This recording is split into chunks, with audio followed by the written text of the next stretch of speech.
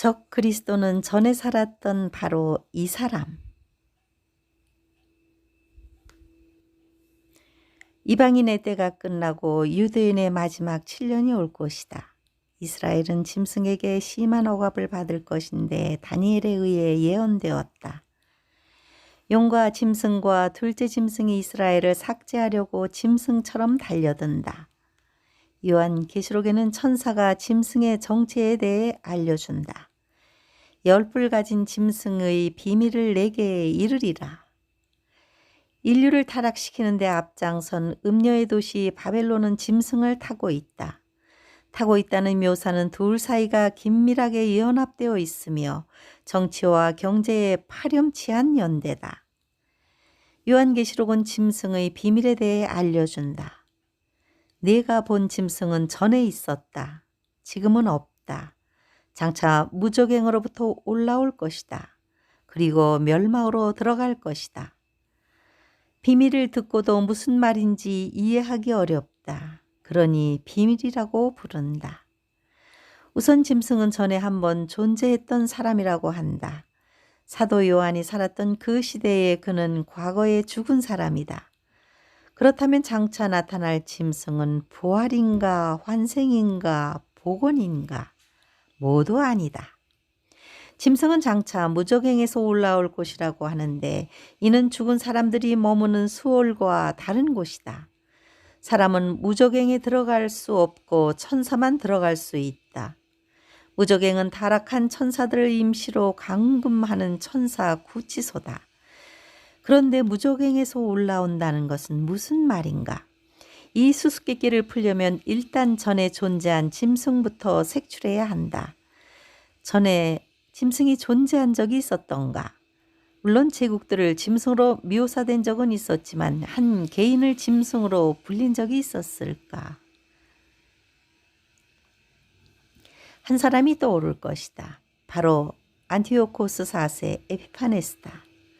그는 유대인들을 죽이고 성전에 우상을 세워 모독했고 제사를 금했으며 자신을 신이라 주장하며 온갖 만행을 자행한 사람이다.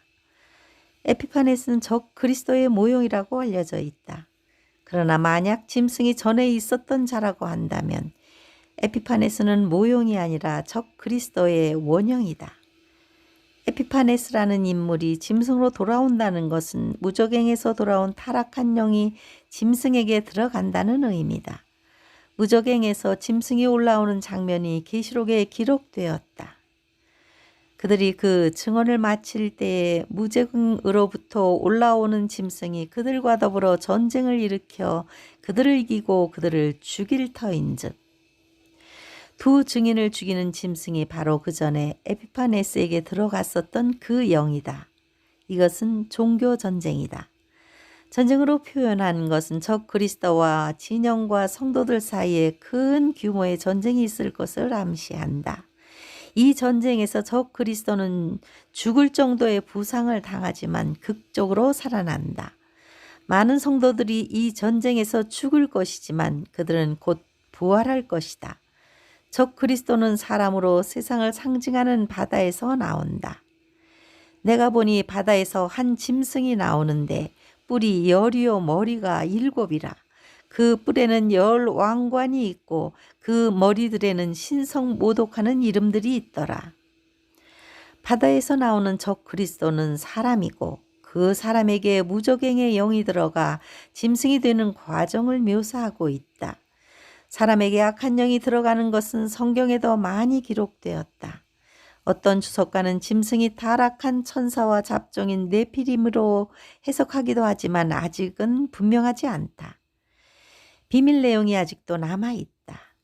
땅에 사는 자들로서 창세 이후로 그 이름이 생명책에 기록되지 못한 자들이 이전에 있었다가 지금은 없으나 장차 나올 짐승을 보고 놀랍게 여기리라. 사람들이 왜 적 그리스도를 보고 놀라워할까? 그의 정체가 드러났기 때문일까? 정말 하이브리드처럼 네피림이어서 놀라는 것일까? 생명책의 이름이 기록되지 못한 자들만 놀라는 것일까? 생명책의 이름이 기록된 자들은 놀라지 않는 것일까? 미스터리는 그 다음 구절에 계속 나온다. 지혜 있는 뜻이 여기 있으니 그 일곱 머리는 여자가 앉은 일곱 산이요 또 일곱 왕이라. 다섯은 망하였고 하나는 있고 다른 하나는 아직 이르지 아니하였으나 이르면 반드시 잠시 동안 머무르리라. 한때 로마가 일곱 언덕에 세워진 도시라고 하여 짐승이 로마 카톨릭에서 나올 곳이라는 해석이 곽광을 받았다.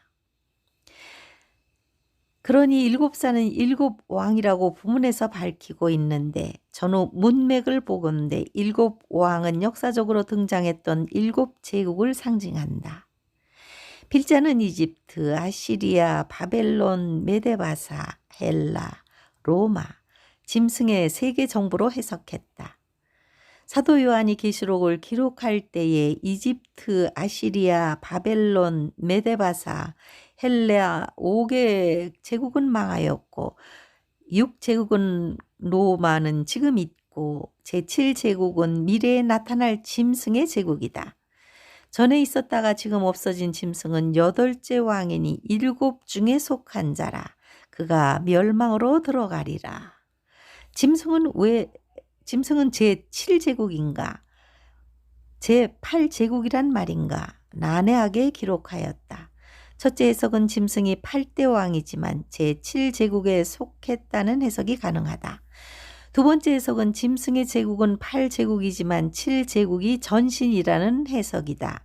후자의 해석이 설득력이 있다.